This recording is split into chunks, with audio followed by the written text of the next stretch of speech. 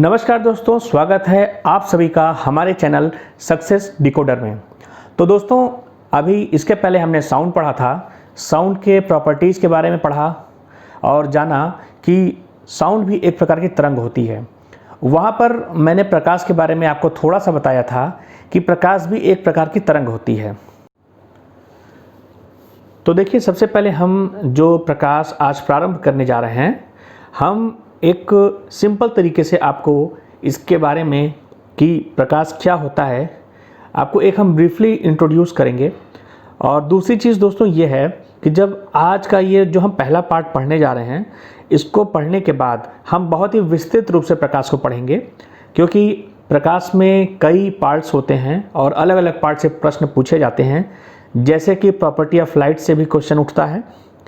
और अगर हम बात कर लें तो जो दर्पण होते हैं हमारे मिरर्स, उनसे भी प्रश्न पूछा जाता है। जो हमारे लेंस होते हैं उनसे भी प्रश्न पूछा जाता है। और कुछ सर्टेन एग्जांपल्स होते हैं कि जैसे हम जब डॉक्टर्स के पास जाते हैं तो वो किस प्रकार का दर्पण प्रयोग करते हैं, या किसी को दूरदृष्टि दोष है तो उसको किस प्रकार का लेंस प्रयोग करना चाहिए। तो ये सब कुछ हम डिस्कस करेंगे। सबसे पहले आज हम इंट्रोडक्टरी पार्ट पढ़ते हैं और इसमें आप कंटेंट तो देख ही रहे होंगे कि प्रकाश क्या है, प्रकाश के आधार पर वस्तु का वर्गीकरण किस प्रकार से किया जाएगा, छाया क्या होती है, सूर्य ग्रहण, चंद्र ग्रहण, इन सब के बारे में चर्चा करेंगे। तो दोस्तों, हो सकता है कि आज मैं जो पढ़ाने जा रहा हूँ उसमें से ज़्यादातर लोग जो इस वीडियो को देखेंगे, हो सकता है कि उनको आता हो, लेकिन कुछ मेरे मित्र ऐसे भी होंगे जो सुपर टेट या टीईटी वगैरह की तैयारी कर रहे हैं। तो उनके लिए आज का लेक्चर बहुत ही महत्वपूर्ण है, क्योंकि इसके बाद जो भी हम डिस्कस करेंगे वो सब का सब एनटीपीसी के लिए होगा। तो ठीक है दोस्तों, चलिए हम प्रारंभ करते हैं। तो दोस्तों, जब मैं आपको तरंग के बारे में पढ़ा रहा था तो मैंने आपको प्रकाश के बारे में भी बताया था। देखिए, ये जो प्रकाश होता है, ये दोस्तों होता है नॉन मैकेनिकल वेव।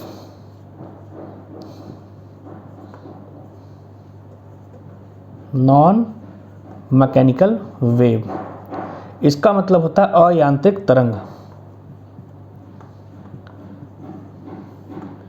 मैंने कहा था कि जो अयांत्रिक तरंग है, इसका दूसरा नाम दोस्तों होता है इलेक्ट्रोमैग्नेटिक वेव। इलेक्ट्रोमैग्नेटिक वेव मतलब विद्युत चुंबकीय तरंग। विद्युत चुंबकीय तरंग। तो जब मैं आपको तरंग पढ़ा रहा था तो मैंने आपको यांत्रिक और अयांत्रिक दोनों प्रकार के तरंगों के बारे में बताया था। तो जो हमारा प्रकाश होता है वो अयांत्रिक या नॉन मैकेनिकल वेव होता है, मतलब इसी को हम कहते हैं इलेक्ट्रोमैग्नेटिक वेव। इसका मतलब ये है दोस्तों कि इसके लिए, मतलब प्रकाश के लिए माध्यम की आवश्यकता नहीं होती है। माध्यम की आवश्यकता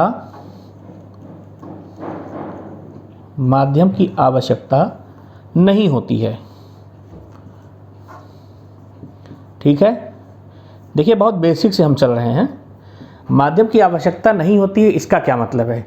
इसका मतलब है कि अगर मीडियम है, ठीक है, तो भी ये ट्रेवल करेगा। ठीक है, ट्रेवल करेगा। और अगर नो मीडियम है, ठीक है, नो मीडियम है, तो भी ये ट्रेवल करेगा। ये बात मैंने आपको उस समय भी बताई थी कि अगर माध्यम रहेगा तो भी चलेगा और नहीं है तो भी चलेगा। ठीक है, तो अब थोड़ा सा इसको मैं और स्पष्ट कर देता हूँ कि मीडियम और नो मीडियम का क्या मतलब है। देखिए दोस्तों, यह है हमारा सन। ठीक है, ये हो गया हमारा सन हो गया। और दोस्तों, ये हो गई हमारी अर्थ। यहाँ पे ये हो गई हमारी अर्थ। और अर्थ के चारों तरफ दोस्तों पाया जाता है वायुमंडल। हमारी कुछ लेयर्स पाई जाती हैं, इस प्रकार से कुछ लेयर्स होती हैं।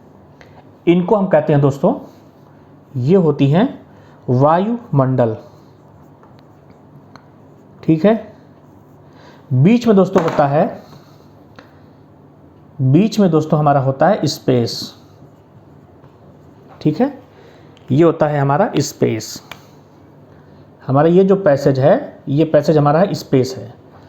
तो जब हमारे पास सूर्य की जो किरण होती है, जब ट्रेवल करती है, तो ट्रेवल करने के बाद जैसे कि अगर यहाँ से दोस्तों लाइट हमारी आ रही है सूर्य से, ठीक है, तो ये सीधे जाएगी स्पेस में। स्पेस का मतलब क्या होता है दोस्तों, वहाँ किसी भी प्रकार का वायुमंडल नहीं होता है, फिर भी लाइट ट्रेवल करती है और ट्रेवल करने के बाद पृथ्वी के वायुमंडल में प्रवेश करती है। वायुमंडल में प्रवेश करती है तो यहाँ पर इसको मिल जाता है मीडियम। ठीक है, अब यहाँ पर इसको मिल गया, यहाँ पर हो गया मीडियम। यहाँ पे था दोस्तों नो मीडियम। ठीक है, यहाँ पे था नो मीडियम।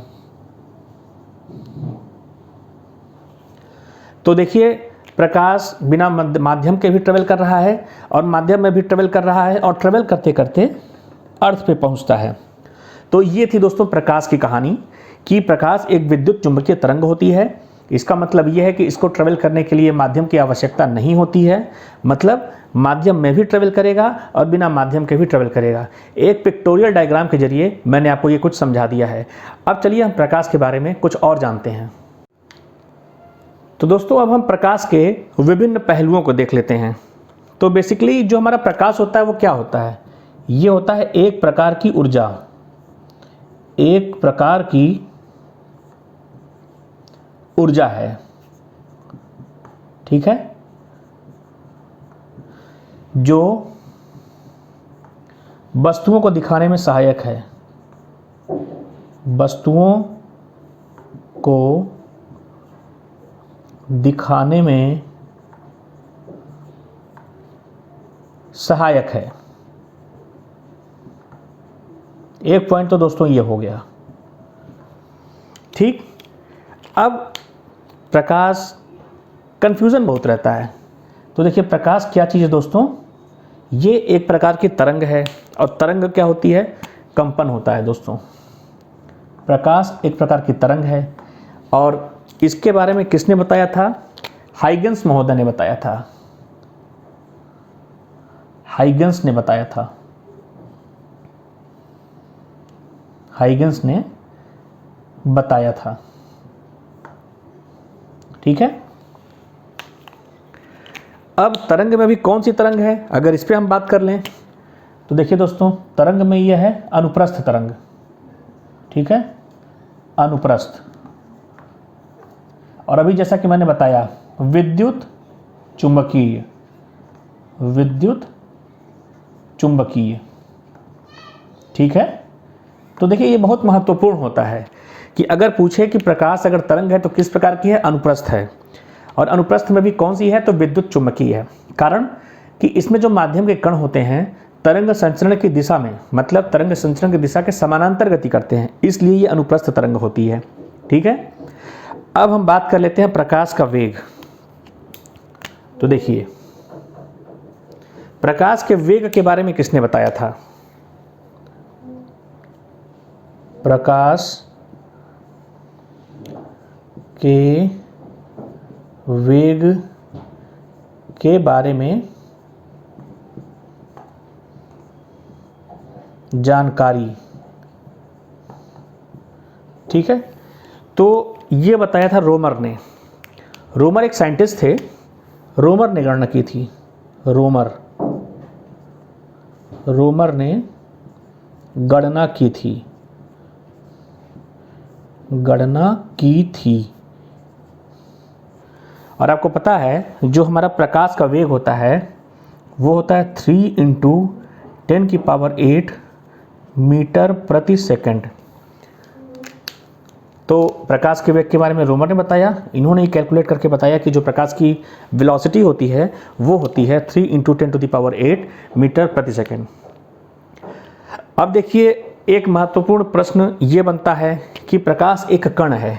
ठीक है, आप नोट करते रहिएगा दोस्तों, आपको सारी इन्फॉर्मेशन एक जगह मिल जाएगी, तो आपको याद करने में भी आसानी रहेगी कि प्रकाश एक कण है। ठीक है, इसके बारे में किसने बताया? तो इसके बारे में न्यूटन महोदय ने बताया था, न्यूटन ने। ठीक है, और एक पूछा जाता है कि अल्बर्ट आइंस्टीन को किस खोज के लिए नोबेल पुरस्कार से सम्मानित किया गया? तो देखिए, इन्होंने बताया, अल्बर्ट आइंस्टीन ने, कि जो प्रकाश होता है छोटे छोटे पैकेट्स के रूप में ट्रेवल करता है, जिनको हम कहते हैं फोटान। ठीक है, फोटान। इसके बारे में किसने बताया? आइंस्टीन ने, आइंस्टीन ने। ठीक है, तो आइंस्टीन ने यह बताया कि जो हमारा प्रकाश होता है वो छोटे छोटे बंडल्स के रूप में ट्रेवल करता है, और वो सबसे छोटे बंडल को हम फोटान कहते हैं, और इसी के द्वारा इन्होंने फोटो इलेक्ट्रिक इफेक्ट को समझाया। ठीक है, फोटो इलेक्ट्रिक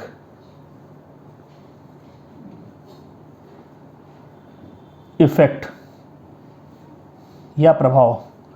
ठीक है, और इसी खोज के कारण आइंस्टीन को 1921 में, मैं जरा सा ऊपर लिख दे रहा हूँ, 1921 में नोबेल मिला। ठीक है, नोबेल प्राइज इन्होंने प्राप्त किया। तो देखिए दोस्तों, ये प्रकाश के बारे में मैंने एक ही बार में चार्ट के जरिए कुछ ऐसी जानकारी शेयर की है जो कि पूछी जाती है और लोग कंफ्यूज रहते हैं। तो एक बार मैं फिर से बता देता हूँ, प्रकाश क्या है? तो प्रकाश एक प्रकार की ऊर्जा है। ठीक है, जो वस्तुओं को देखने में सहायक है। अगर हम प्रकाश के तरंग नेचर के बारे में बात करें तो हाइगेंस ने बताया था कि प्रकाश एक प्रकार की तरंग है, और तरंग में भी अनुप्रस्थ तरंग है, और अनुप्रस्थ तरंग में भी विद्युत चुंबकीय तरंग है। फिर सबसे पहले पूछा जाता है कि स्पीड ऑफ लाइट के बारे में किसने बताया? तो रोमर ने बताया था। ठीक है, और रोमर ने इसकी गणना की और बताया कि 3 × 10⁸ मीटर प्रति सेकेंड होता है। प्रकाश एक पार्टिकल, एक कण के भांति व्यवहार करता है, ये किसने बताया? तो न्यूटन महोदय ने बताया। और प्रकाश छोटे छोटे बंडल्स के रूप में ट्रेवल करता है, जिसको फोटान कहते हैं, ये किसने बताया? तो अल्बर्ट आइंस्टीन ने बताया। और इन्होंने इसी प्रकार फोटो इलेक्ट्रिक इफेक्ट की घटना को समझाने का प्रयास किया, जिसके तहत 1921 में इनको नोबेल प्राइज से सम्मानित किया गया। तो चलिए अब हम थोड़ा सा आगे बढ़ते हैं और थोड़ा सा और इंट्रोडक्शन देखते हैं। तो चलिए एक बेसिक सी हम बात कर लेते हैं, जो कि बहुत से लोगों को पता होगी लेकिन डिस्कस कर लेना चाहिए। देखिए, प्रकाश के आधार पर वस्तुओं का वर्गीकरण, तो ये 3 प्रकार का होता है। ठीक है, कौन कौन सा होता है? देखिए,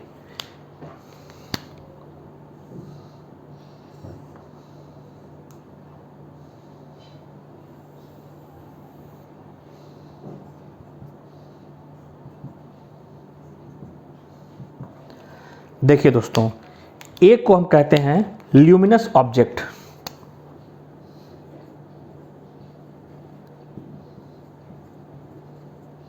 ल्यूमिनस ऑब्जेक्ट मतलब इसका होता है प्रदीप्त वस्तुएं, प्रदीप्त वस्तु। ठीक है, और प्रदीप्त वस्तु मतलब क्या होता है? जिनके पास स्वयं का प्रकाश हो, जिनके पास स्वयं का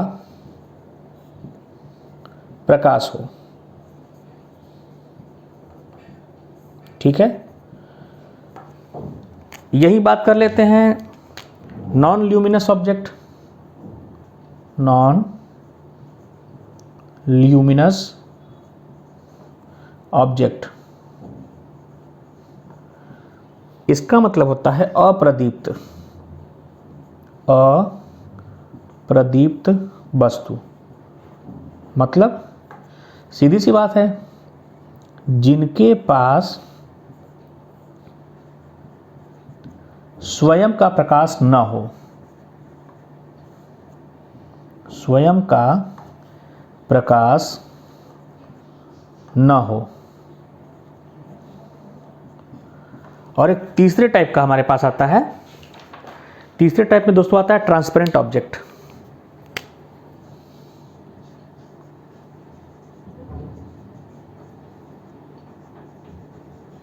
ट्रांसपेरेंट ऑब्जेक्ट, मतलब इसको कहते हैं पारदर्शी वस्तु। पारदर्शी वस्तु मतलब जिसके आर पार प्रकाश जा सके, जिसके आर पार प्रकाश जा सके, प्रकाश जा सके।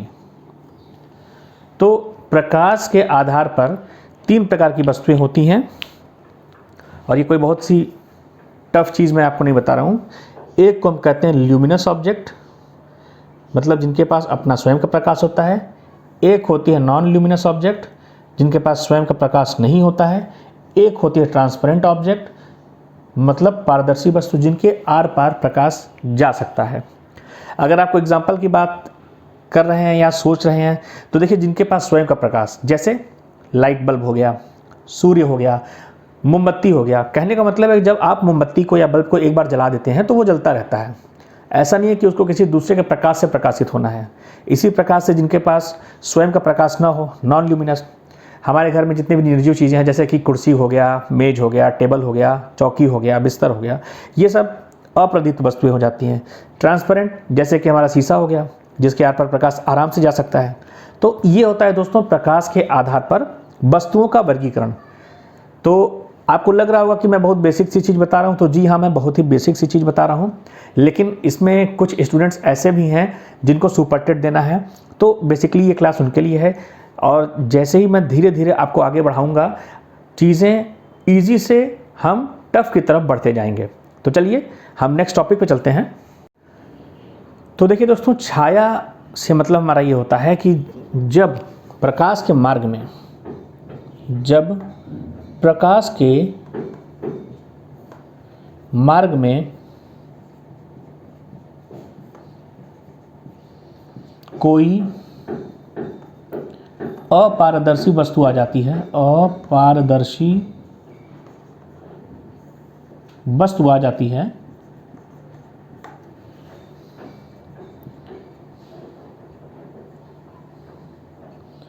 अपारदर्शी वस्तु आ जाती है,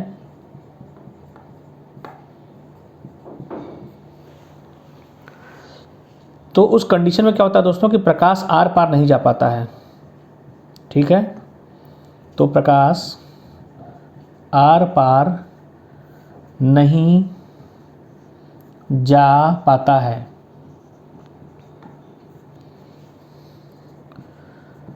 तब छाया का निर्माण होता है, तब छाया का निर्माण होता है।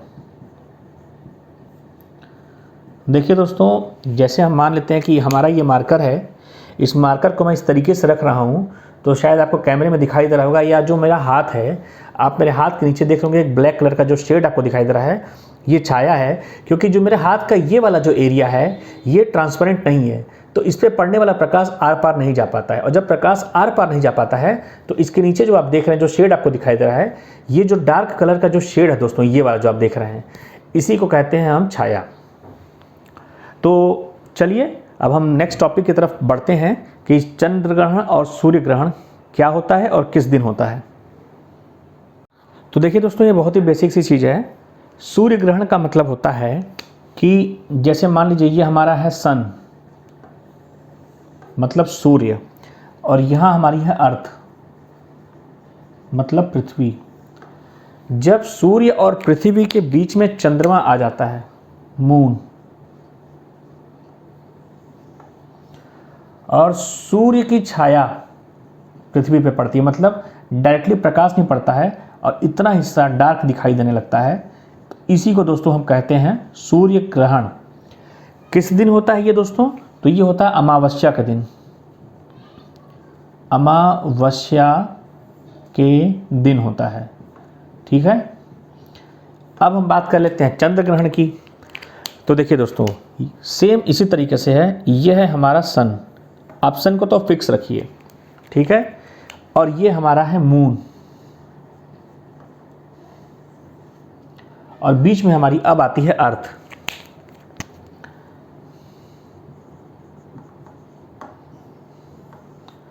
और जब सूर्य और चंद्रमा के बीच में पृथ्वी आ जाती है और जब सूर्य की रोशनी चंद्रमा पे नहीं पहुंचती है तो यहाँ पे जो एरिया होता है सूर्य का पूरा डार्क दिखाई देता है और अंधेरा छा जाता है। इसी को हम कहते हैं चंद्र ग्रहण। और चंद्र ग्रहण दोस्तों कब लगता है? ये लगता है पूर्णिमा के दिन। आजकल एग्जाम्स में ये पूछ ले रहा है कि सूर्य ग्रहण किस दिन लगता है और चंद्र ग्रहण किस दिन लगता है, इसलिए ये वन लाइनर क्वेश्चन टाइप का है तो ये बताना जरूरी था। इसमें कंसेप्ट ऐसा कुछ नहीं था, आप सब लोग जानते हैं, बस आप ये समझिए कि मैंने आपका रिवाइज करवा दिया है। तो चलिए अब हम नेक्स्ट टॉपिक पर आते हैं। अब दोस्तों हम धीरे धीरे इंट्रोडक्शन कंप्लीट करते करते अब हम सरल से कठिन मतलब ईजी से टफ की तरफ बढ़ते जा रहे हैं। तो चलिए सबसे पहले मैं आपको डिफाइन कर दूं कि रे ऑप्टिक्स होता क्या है। देखिए, जब हम प्रकाश को किरण के रूप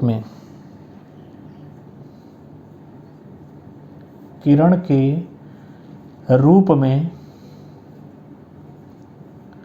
अध्ययन कह लीजिए या स्टडी कह लीजिए, अध्ययन करते हैं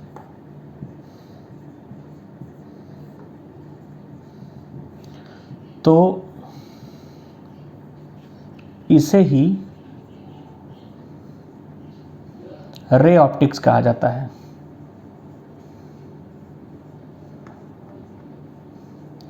रे ऑप्टिक्स कहा जाता है। देखिए, मैं आपको बस इंट्रोड्यूस करा रहा हूँ रे ऑप्टिक्स के बारे में। अब रे ऑप्टिक्स बताने का सेंस क्या है, क्योंकि रे ऑप्टिक्स में कुछ स्पेसिफिक प्रॉपर्टीज़ होती हैं जो प्रकाश के किरण स्वरूप के बारे में बताती हैं। इसी तरीके से हम वेव ऑप्टिक्स पढ़ेंगे जो प्रकाश के तरंग रूप का वर्णन करेगा। तो देखिए दोस्तों, जो मैंने आपको रे ऑप्टिक्स के बारे में बताया, तो रे ऑप्टिक्स में आता है आपका रिफ्लेक्शन, हमको पढ़ना है।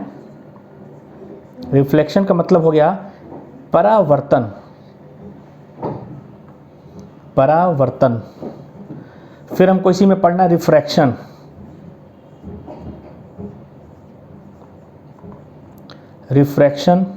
ये हो गया दोस्तों अपवर्तन।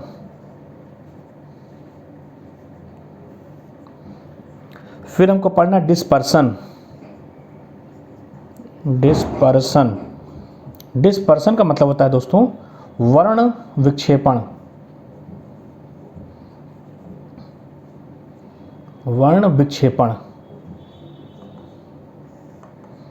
और फिर होता है दोस्तों टोटल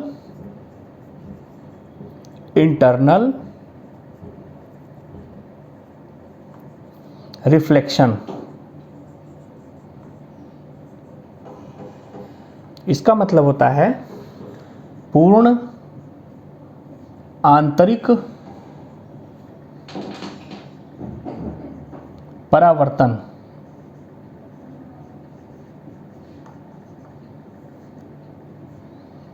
इतनी चीजें दोस्तों हमको रे ऑप्टिक्स के अंतर्गत पढ़नी है। अब मैं आपको थोड़ा सा डिफाइन कर देता हूं वेव ऑप्टिक्स क्या होता है। तो जो हमारा वेव ऑप्टिक्स होता है दोस्तों, इसमें हम प्रकाश के तरंग स्वरूप का अध्ययन करते हैं। तो इसमें एक वैज्ञानिक थे प्लैंक, ठीक है। प्लैंक ने बताया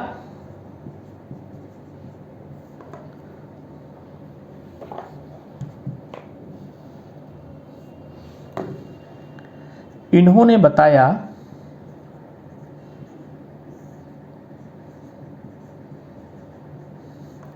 कि प्रकाश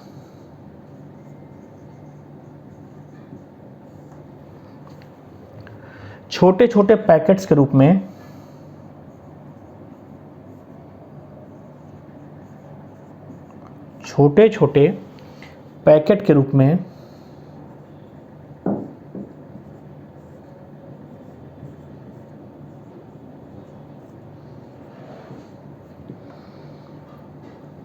वेव फॉर्म के रूप में ट्रेवल करता है। वेव फॉर्म में ट्रेवल करता है, ठीक है, या संचरण करता है। और जो प्रकाश होता है बहुदिशीय, मतलब मल्टी डायरेक्शनल,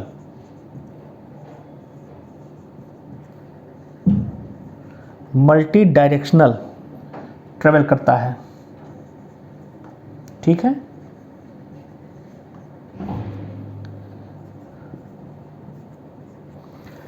तो ये चीज़ हम वेव ऑप्टिक्स में पढ़ेंगे। ये जो साइंटिस्ट हैं प्लैंक, इन्होंने बताया था कि जो हमारा प्रकाश होता है वो छोटे छोटे पैकेट्स के रूप में ट्रेवल करता है और कई दिशाओं में ट्रेवल कर सकता है एक बार में। तो अब देखिए, इसमें इन्होंने प्रॉपर्टीज़ बताई थी, उन्हीं प्रॉपर्टीज़ को मैं आपको आगे डिफाइन करूँगा। बस आपको इंट्रोडक्शन दे देता हूँ कि क्या क्या प्रॉपर्टी बताई थी। इन्होंने बताया था प्रकाश में पोलराइजेशन होता है। पोलराइजेशन मतलब ध्रुवीकरण।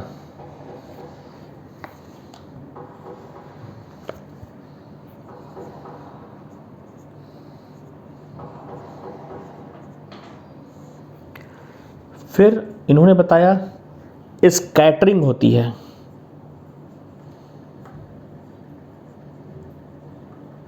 ठीक है, स्कैटरिंग का मतलब होता है दोस्तों प्रकीर्णन, मतलब फैलना। और बताइए इन्होंने इसमें होता है डिफ्रैक्शन।